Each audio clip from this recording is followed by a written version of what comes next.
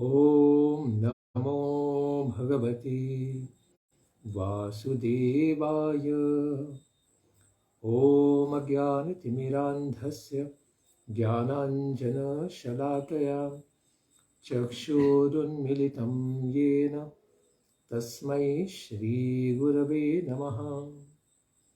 हरे कृष्णा। सब भक्तों का स्वागत है प्रातःकालीन श्रीमद् भागवतम के पाठ में। हम श्रवण कर रहे श्रीमद् भागवतम का छठा स्कंद अध्याय 8वां। इंद्र ने विश्वरूप को पुरोहित के रूप में वर्ण कर लिया और त्रिलोकी पर विजय प्राप्त करने के लिए फिर विश्वरूप के द्वारा इंद्र को नारायण कवच का उपदेश किया जाएगा। अपने सारे शत्रुओं पर विजय प्राप्ति के लिए किस प्रकार से नारायण कवच को धारण किया जाता है, इस विधि को आज हम श्रवण करेंगे। राजोवाच यया गुप्त सहस्राक्षः सवाहान् रिपुसैनिकान् क्रीडन्नीव विनिर्जित्य त्रैलोक्या भूभुजे श्रियम्। राजा परीक्षित जी ने कहा, हे शुभदेव गोस्वामी, जिस विद्या से संरक्षित होकर इंद्र ने अनायास खेल खेल में ही दैत्यों की चतुरंगी सेना को जीतकर त्रिलोकी के राज्य को भोगा, इसके बारे में आप बताइए। इस 8वें अध्याय में विश्वरूप ने इंद्र को जो नारायण कवच का उपदेश दिया और उसी से संरक्षित होकर दैत्यों पर विजय प्राप्त कर लिया गया, इस प्रकार उसने त्रैलोक्य की लक्ष्मी का उपभोग किया, इसका वर्णन प्राप्त है। आगे परीक्षित महाराज कहते हैं, भगवं स्तन्मख्याहि वर्म नारायणात्मकं यथा तायिनः शत्रून् येन गुप्तो जयन् मृधे। हे भगवान शुभदेव गोस्वामी, आप मुझे उसी नारायण आत्मकम वर्म, उस नारायण वर्म को बतलाएं जिससे संरक्षित होकर इंद्र ने आतताई असुरों के ऊपर विजय प्राप्त की थी। ऐसा प्रश्न पूछने के पश्चात शुभदेव गोस्वामी इसका उत्तर देते हैं। व्रीतः पुरोहितस्त्वाष्ट्रो महेन्द्रायानुपृच्छते नारायणाख्यं वरमाह तदेहैकमना शृणु। देवताओं ने पुरोहित के रूप में वर्ण किया था, ऐसे विश्वरूप इनके द्वारा इंद्र ने पृच्छा करने पर नारायण वर्म का उपदेश दिया था, उसे तुम अत्यंत सावधान होकर श्रवण करो। विश्वरूप उवाच धौतांग्री प्राणिराचम्य सपवित्र उदङ्मुखः कृत स्वांकरन्यासो मंत्राभ्यां वाग्यतः शुचिः नारायणमयं वर्म सन्नह्यो भय आगते पादयो जानुनो भूरु उदरे हृद्यथोरसि मुखे शिरस्यानुपूर्व्याम् ओंकारादीनि विन्यसे ओम नमो नारायण इति विपर्ययम् अथापि वा। इंद्र भय का अवसर आने पर, यानी जीवन ही जब संकट में पड़ जाए, ऐसी अवस्था में नारायण वर्म या नारायण कवच को धारण करें। पहले हाथ पैर धोकर स्वच्छ करके आचमन करना चाहिए। फिर कुशा घास की चटई, यानी पहले उसको भी पवित्र कर लेना चाहिए। उसके पश्चात उसी कुशा घास की चटाई पर उत्तराभिमुख होकर बैठना चाहिए। उत्तर की तरफ उसके नुकीले अग्रों को रखकर उस प्रकार से चटाई रखते हुए बैठ जाना चाहिए। नारायण वर्म धारण पर्यंत कुछ भी नहीं बोलना चाहिए, अबोला धारण करना चाहिए। उसके पश्चात ओम नमो नारायणाय तथा ओम नमो भगवते वासुदेवाय, इन दोनों मंत्रों से हृदय आदि अंगन्यास तथा अंगुष्ठादि करन्यास करें। पहले ओम नमो नारायणाय इस मंत्र के ओम आदि 8 अक्षरों द्वारा दोनों पैरों, दोनों घुटने, दोनों जंघाएं, पेट, हृदय, वक्षस्थल, मुख और सिर से न्यास करें, अथवा उसी मंत्र के मकार से लेकर पैर तक उन 8 अंगों में न्यास करें। इस प्रकार धीरे धीरे शरीर और मन को पवित्र करना चाहिए। करन्यासं ततः कुर्यात् द्वादशाक्षर विद्यया प्रणवादीयकारान्त मंगुल्यंगुष्ठ पर्वसु। उसके पश्चात ओम नमो भगवते वासुदेवाय इस द्वादशाक्षर मंत्र के द्वारा करन्यास करें। ओम आदि 12 अक्षरों का दाई तर्जनी से बाई तर्जनी तक दोनों हाथ की 8 अंगुलियों में और दोनों हाथों की अंगूठे के 2-2 गांठों में न्यास करें। न्यसेधृतयः ओंकारं विकारमनुमूर्धनि शकारं तु भ्रुवोर्मध्ये णकारं शीघ्रया दिशेत् वेकारं नेत्रयोर्युञ्जान् नकारं सर्वसन्धिषु मकारमस्त्रमुद्दिश्य मंत्रमूर्ति भवेत् बुधः। हृदय में ओंकार का न्यास करें, वी का ब्रह्मरंध्र में न्यास करें, श का भौहों के बीच में न्यास करें या काचोटी में, वेत्र का दोनों नेत्रों में, म्ना का शरीर की सभी गांठों में, और ओम महा अस्त्राय पुट कहकर दिग्बंध करे। ऐसा करने वाला मनुष्य मंत्र स्वरूप ही हो जाता है, यानी उस मंत्र के द्वारा वही आध्यात्मिक स्वरूप प्राप्त कर लेता है। यही शक्ति होती है मंत्रों के सही उच्चारण के द्वारा व्यक्ति प्राप्त कर सकता है। स विसर्गम फड़ंतम तत्सर्वदिक्षु विनिर्दिशेत् ओम विष्णवे नमः इति। उसके पश्चात मह अस्त्राय फट कहकर दिग्बंध करे। यह ओम विष्णवे नमः मंत्र का न्यास है। आत्मानं परमं ध्यायेत् ध्येयं षट्शक्तिभिर्युतं विद्या तेजस्तपो मूर्तिर् एवं मंत्रम् उदाहरेत्। उसके पश्चात समग्र ऐश्वर्य, धर्म, यश, लक्ष्मी, ज्ञान और वैराग्य से परिपूर्ण अपने इष्ट देव श्री भगवान वासुदेव का ध्यान करें और अपने को भी उसी रूप में चिंतन करें। उसके पश्चात विद्या, तेज और तपस्वरूप इस कवच का पाठ करें। तो स्वयं को पवित्र करने के पश्चात जब आध्यात्मिक स्वरूप व्यक्ति प्राप्त कर ले, उसके पश्चात अभी नारायण कवच का पाठ करना चाहिए। अभी इसकी शुरुआत करते हैं।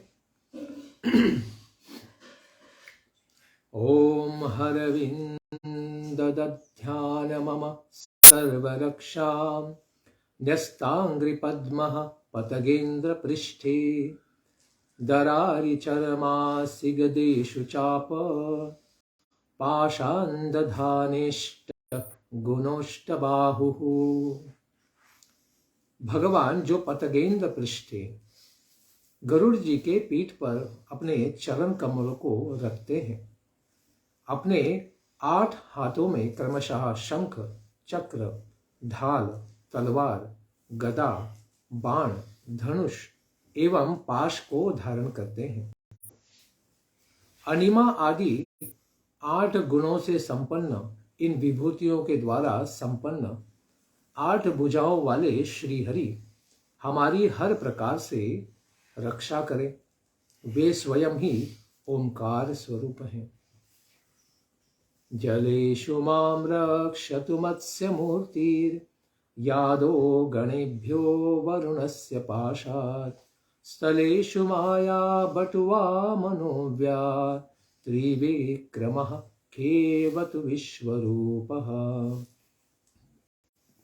जल में भगवान मत्स्य मूर्ति ही जल जंतुओं से तथा वरुण के पाश से मेरी रक्षा करे। स्थल पर माया से वामन बटु ने भगवान वामन सब ओर से मेरी रक्षा करे और आकाश में विश्वरूप भगवान त्रिविक्रम वामन देव मेरी रक्षा करे। दुर्गेष्वटव्याजिमुखादिषु प्रभु पायान् सिंहो सुरयूथपारिः विमुञ्चतो यस्य महाट्टहासं दिशो विनेदुरन्यपतंश्च गर्भः। जिनके भयंकर अट्टहास के कारण दसों दिशाएं अत्यंत गूंज उठी थी और दैत्यों की पत्नियों के गर्भ भी गिर गए थे। उनका गर्भपात हो गया था इनके आक्रोश से। इस प्रकार दैत्य युद्धपतियों के शत्रु भगवान नरसिंह देव किला, जंगल तथा युद्ध भूमि में सर्वथा मेरी रक्षा करें। रक्षत्वसौ माध्वनि यज्ञ कल्पः स्वदंष्ट्रयोन्नीतधरो वराहः रामोद्रिकूटेष्वथ विप्रवासी स लक्ष्मणो व्याद भरताग्रजोस्मान्। अपने दांतों पर पृथ्वी माता को धारण किए भगवान यज्ञ वराह मेरी रक्षा मार्ग में। श्री परशुराम जी मेरी रक्षा पर्वत मार्गों और शिखरों पर करें। प्रवास काल में श्री लक्ष्मण जी जो भरत अग्रज हैं, इन्हीं के साथ भरताग्रज यानी भगवान श्री रामचंद्र मेरी रक्षा करें। मामोग्रमार्द अखिलात्म प्रमादान नारायण पातु नरश्च हासात् दत्तस्त्वयोगादत योगनाथः पायात् गुणेशः कपिलः कर्मबन्धात्। भगवान श्री नारायण मारण, मोहन आदि भयंकर अभिचारों से और सभी प्रकार के प्रमादों से मेरी रक्षा करें। ऋषि श्रेष्ठ नर नारायण जी गर्भ से मेरी रक्षा करें। योगेश्वर भगवान दत्तात्रेय योग के विघ्नों से मेरी रक्षा करें। त्रिगुणाधिपति, तीनों गुणों के स्वामी मायातीत भगवान कपिल देव कर्म के बंधनों से मेरी रक्षा करें। सनत कुमारो वतु कामदेवात् हयशीर्षामां पथि देवहेलनात् देवर्षिवर्य पुरुषार्चनान्तरात् कूर्मं हरिं मां निरयाद शेषात्। परम ऋषि सनत कुमार जी मेरी रक्षा कामदेव से करें। हयग्रीव भगवान मेरे मार्ग में चलते समय देवताओं को नमस्कार नहीं करने आदि अपराधों से मेरी रक्षा करें। देवर्षि नारद मेरी रक्षा सेवापराधी से तथा भगवान कश्यप, कूर्मदेव सभी प्रकार के नरकों से मेरी रक्षा करें। यहां पर विशेष रूप से सेवा में होने वाले जो 32 अपराध है उनके द्वारा हमारी रक्षा हो, इस प्रकार से वे यहाँ पर प्रार्थना करते हैं। ये कौन कौन से अपराध हैं, इनको बताते हैं। पहला, सवारी पर चढ़कर अथवा खड़ाव पहनकर भगवान के मंदिर में जाना। दूसरा, रथ यात्रा, जन्माष्टमी आदि उत्सवों को नहीं मनाना अथवा उसको देखने के लिए स्वयं नहीं जाना। तीसरा, श्री मूर्ति का दर्शन करके प्रणाम नहीं करना।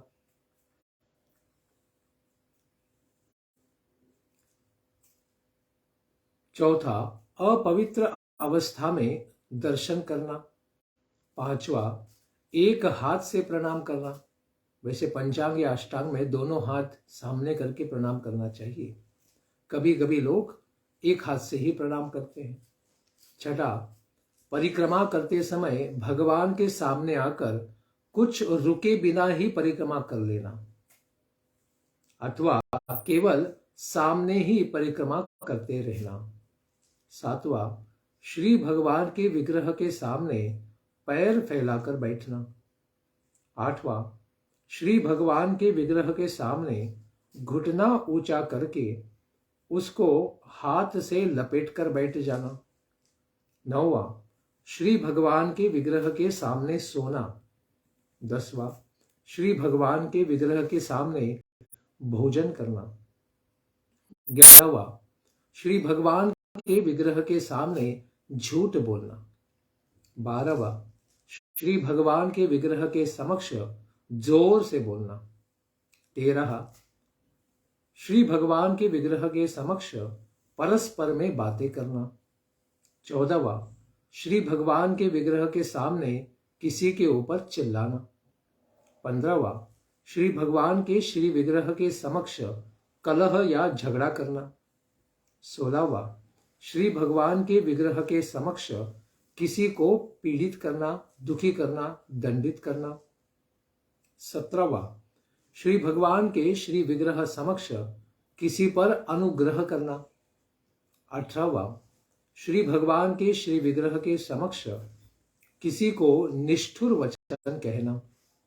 19वां, श्री भगवान के श्री विग्रह के सामने कंबल से पूरे शरीर को ढक लेना, यानी सर भी ढक लेना। 20वां, श्री भगवान के विग्रह के सामने किसी दूसरे व्यक्ति की तीव्रता से निंदा करना। 21वां, श्री भगवान के श्री विग्रह के सामने दूसरे की व्यर्थ की स्तुति करना। 22वां, श्री विग्रह के समक्ष अश्लील शब्दों को बोलना। 23वां, श्री विग्रह के समक्ष अधोवायु का त्याग करना। 24वां, शक्ति रहते हुए भी गौण यानी सामान्य उपचारों से श्री भगवान की सेवा पूजा करना, अशुद्ध वस्तुओं से भगवान की पूजा करना। 25वां, श्री भगवान को निवेदित किए बिना ही किसी वस्तु को खा जाना। 26वां, जिस ऋतु में जो फल हो उसे सबसे पहले श्री भगवान को न चढ़ाना। आजकल बिना सीजन के ही बहुत सारी चीजें प्राप्त होती हैं, उनको चढ़ाना भी एक सेवा अपराध है।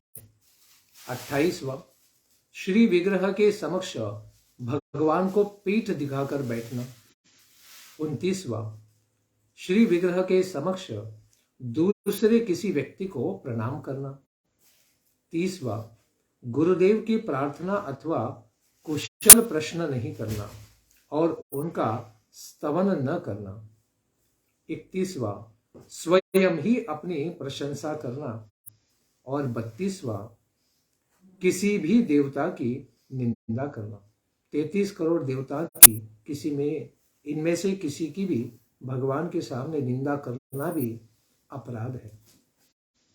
इस प्रकार भगवान वामन देव हमें इन सारे सेवा अपराधों से बचाएं, इस प्रकार से प्रार्थना करते हैं। इसके आगे, धन्वंतरिर भगवान पार्थपथ्याद द्वंद्वाद भयाद ऋषभो निर्जितात्मा यज्ञश्च लोका देवता जनाद बलो गणाद क्रोध वशाद हिंद्रः। भगवान श्री धन्वंतरी कुपत्य से हमारी रक्षा करें। जितेंद्रिय भगवान ऋषभ देव सुख दुख आदि भयानक द्वंद्वों से हमारी रक्षा करें। यज्ञ भगवान लोकापवाद से हमारी रक्षा करें। भगवान बलराम जी मनुष्यकृत कष्टों से तथा भगवान शेषनाग क्रोधवशा नामक सर्प समूह से हमारी सर्वथा रक्षा करें। द्वैपायनो भगवान प्रबोधात् बुद्धस्तु पाखंड गणा प्रमादात् कल्की कलेहे कालमलात् प्रपातु धर्मावनायोरुकृतावतारः। भगवान श्री कृष्ण द्वैपायन व्यास जी हमें अपने दिव्य ज्ञान से अज्ञान से बचाएं। भगवान बुद्ध देव पाखंडियों से बचाए, प्रमाद से बचाए तथा धर्म रक्षणार्थ महान अवतार ग्रहण करने वाले भगवान श्री कल्की देव कली काल के कलह और पाखंड के दोषों से हमारी रक्षा करें।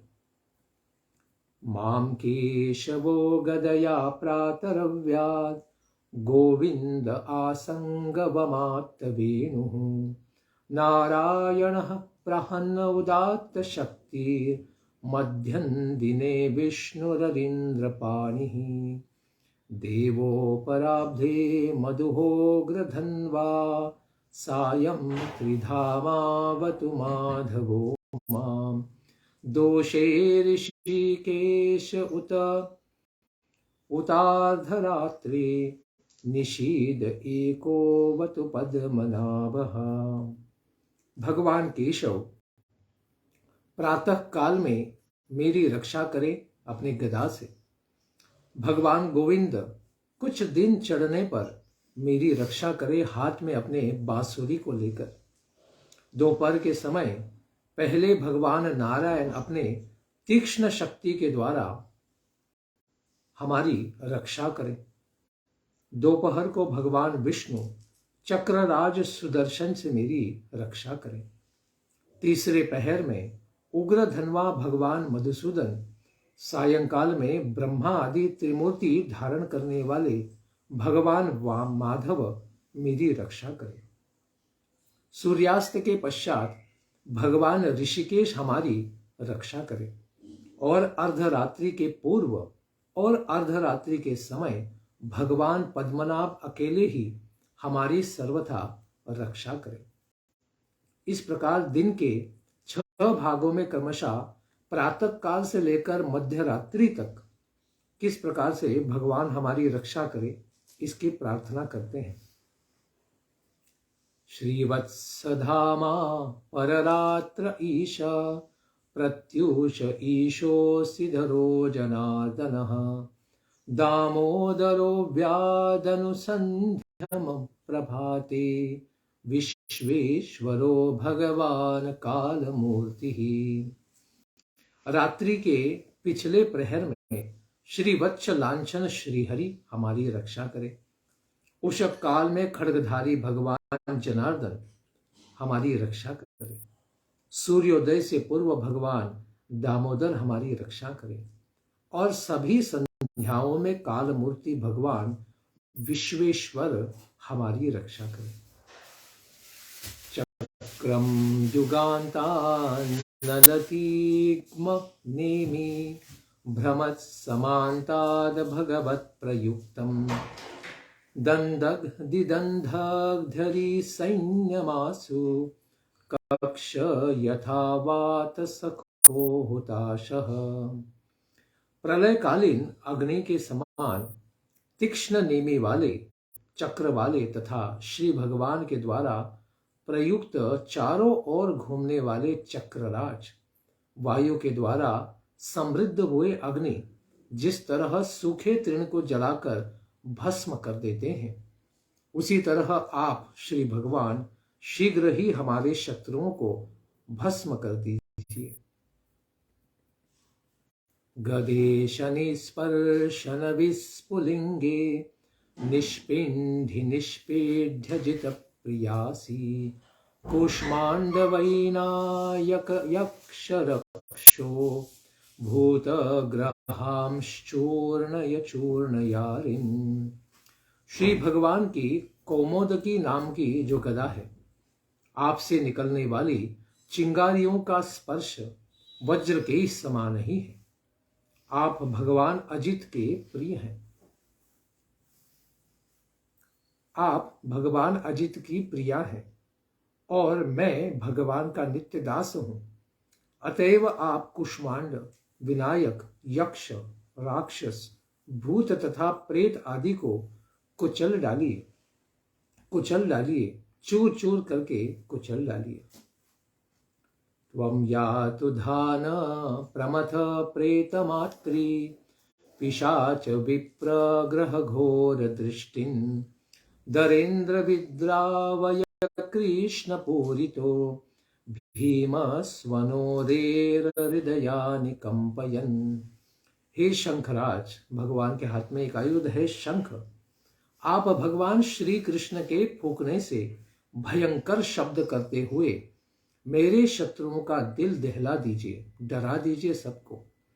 तथा यातुधान, प्रमथ, प्रेत, मातृका, पिशाच तथा ब्रह्म राक्षस आदि भयंकर प्राणियों को यहां से आप भगा दीजिए। त्वं तीर्मधारा शिवरारि सैन्यम् ईश प्रयुक्तो मम छिन्धि छिन्धि चक्षुंसि चर्मन् शतचन्द्र छादय द्विषामघो नाम हर पाप चक्षुषाम। हे तीक्ष्ण धार वाले श्रेष्ठ कृपाण भगवान के आयुध, श्री भगवान के द्वारा प्रयुक्त होकर आप मेरे शत्रुओं की सेना को काट डालिए। हे श्री भगवान के प्रिय ढाल, आप में सैकड़ों चंद्रमाकार मंडल है। आप मेरे पापी शत्रुओं के नेत्रों को बंद कर दीजिए और उन पापियों को आप सर्वथा अंधा बना दीजिए।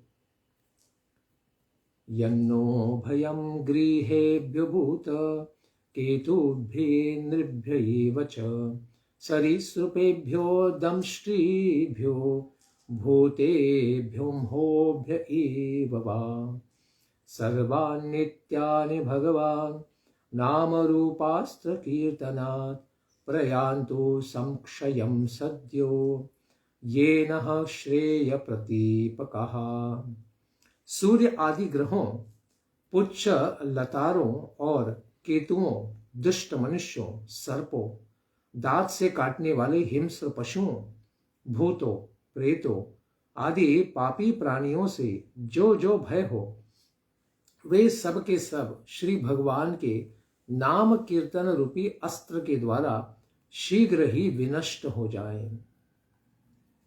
गरुड़ो भगवान स्तोत्रस्तोभश्छन्दोमयः प्रभुः रक्षत्व शेषकृच्छ्रेभ्यो विश्वक्सेनः स्वनामभिः।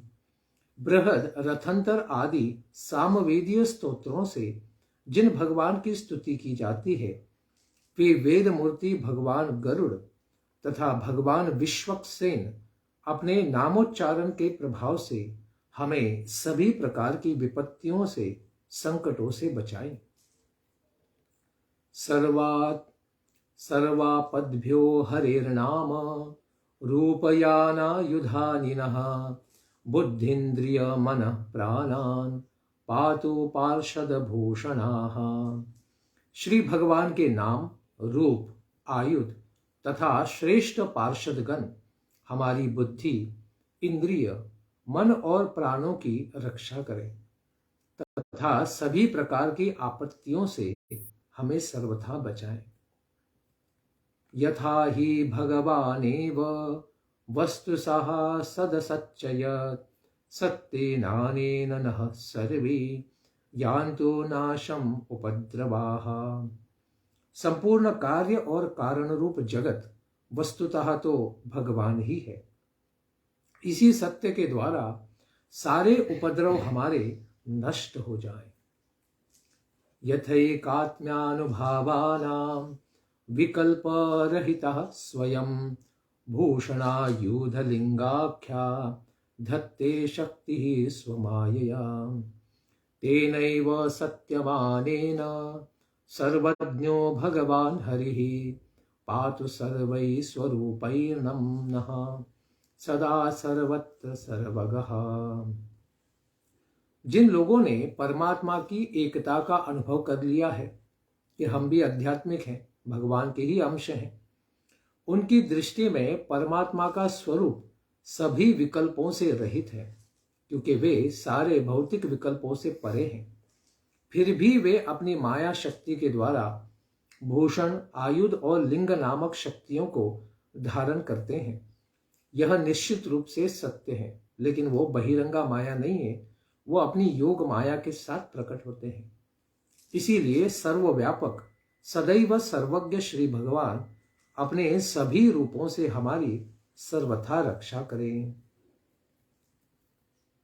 विदिक्षु दिक्षुर्ध्वमद समन्तात् अंतर्बहिर्भगवान् नारसिंहः प्रहापयं लोकभयं स्वनेन स्वतेजसा ग्रस्त समस्त तेजः। अपनी अत्यंत भयंकर गर्जना के द्वारा जो लोगों के समस्त भयों को, दुखों को भगा देते हैं और अपने तेज से समस्त तेजों की दूसरे तेजों को ग्रस्त कर देते हैं, वे भगवान दिशाओं विदिशाओं, ऊपर नीचे भीतर बाहर सर्वत्र रूप से ऐसे नरसिंह देव हमारी रक्षा करें। मघवान नीदमाख्यातम वर्म नारायणात्मकम विशेषस्यंजसा येन दंशितो सूरयूथपान। हे मघवन इंद्र, मैंने यह नारायण वर्म यानी कवच तुम्हें सुना दिया है। इससे तुम अपने आप को पूरी तरह सुरक्षित कर लो, फिर तुम अनायास ही असुर दैत्यों के ऊपर और युथपों के ऊपर विजय प्राप्त कर ही लोगे। एतद्धारयमानस्तु यम यम पश्यति चक्षुषा पदा वा संस्पृशेत् सद्यः साध्वसात् सह विमुच्यते। इस नारायण वर्म को धारण करने वाला मनुष्य जिसको जिसको अपने नेत्रों से देखता है अथवा अपने पैरों से स्पर्श करता है, वह तत्काल भय से मुक्त हो जाता है। विश्वरूप कहते हैं कि इंद्र, केवल इसको धारण करने वाला व्यक्ति भय से मुक्त नहीं होता, केवल इस चक्र को धारण करने वाला, कवच को धारण करने वाला व्यक्ति जिन जिन लोगों को यानी अपनी सेना को भी देखता है या फिर अपने चरणों से स्पर्श करता है, वे लोग भी भय से मुक्त हो जाते हैं। इसलिए भगवान के महान भक्तों के चरणों को स्पर्श करना शास्त्रों में कहा गया है, क्योंकि वे हमेशा ही भगवान का चिंतन करते हैं, तो उनके ऊपर नारायण कवच हमेशा ही धारण होता है।